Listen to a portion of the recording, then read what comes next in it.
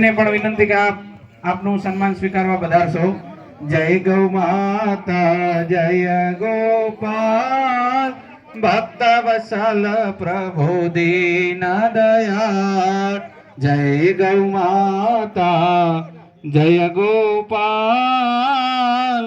ભક્ત વત્સલ પ્રભુ દીન દયાળ। જય ગૌ માતા જય ગોપાલ ભક્ત વત્સલ પ્રભુ દીન દયાળ। જય ગૌ માતા જય ગોપાલ ભક્ત વત્સલ પ્રભુ દીન દયાળ। હવે 2 મિનિટ બધા બેસી જાજો। 2 મિનિટ માટે દરેક આપનું સ્થાન ગ્રહણ કરશો। हाँ 2 मिनिट माटे बधाय।